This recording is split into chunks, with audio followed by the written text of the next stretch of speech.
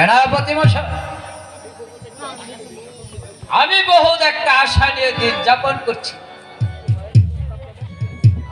আজ তাহার নিকট প্রকাশ করিবে। বলো বলো সর্দার, কি আশা তোমার? মতির সাথে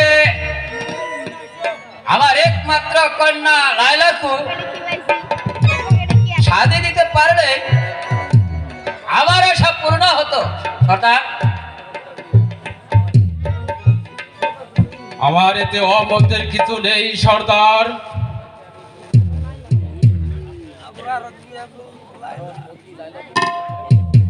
কারণ মতি যে লাইলাকে নিজের বোনের মতো চিহ্ন করে, তাছাড়া মালার সাথে যে তার মাল্যদানে বিবাহ হয়েছে সর্দার। কেন মতি রাজি হবে না সেনাপতি? তাহাকে আমি বহু আদর করে মানুষ করেছি, আপনি মতিকে রাজি করান, আমি লায়লাকে নিয়ে আসি।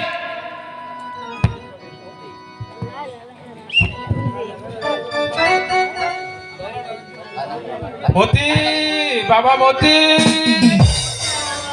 কাকা আমাকে ডাকছেন কাকা? হ্যাঁ হ্যাঁ বাবা মতি, তোমার ভাবজির ইচ্ছা লাইলাকে তোমার সাথে বিবাহ দিতে। এ কি বলছেন তাতে কাকা? তোমার কি মত বাবা মতি? কাকা আপনি তো সবই জানেন কাকা, আমার সাথে মাল্লা দানে ওই মালার বিবাহ হয়েছে কাকা, আপনি তো সবই জানেন কাকা। তবু যে সর্দারের কথা মানতেই হবে বাবা মতি, সে যে তোমাকে পুত্র চিহ্নে লালন পালন করেছে, তাই তোমার উপর তার অধিকার আছে বাবা মতি। ঠিক আছে কাকা, অধিকার থাকলেই তো অধিকার খাটানো যায় না কাকা। আমি বলছিলাম কি বাবা মতি, সর্দারের মনে আঘাত দেওয়া মোটেই উচিত নয় বাবা মতি। তুমি রাজি হয়ে যাও বাবা মতি, আমি বিয়ের সব ব্যবস্থা করছি।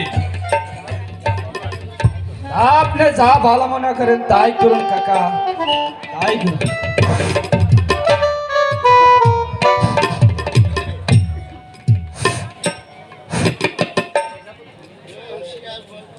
সেনাপতি মশাই,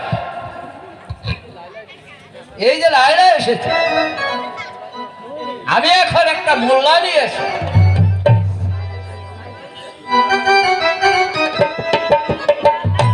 এসো বাবা মতি, এসো মা লাইলা,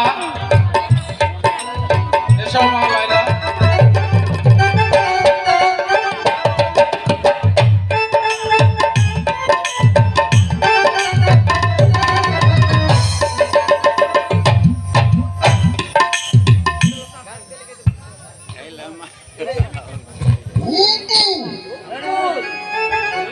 এতদিনে আমার মনের আশা পূর্ণ হলো, শেষ মুহূর্তে গিয়ে তোমাকে আমার আপন করে পেলাম, তাই না? বলো, তুমি কি খুশি না? হ্যাঁ আমি খুশি।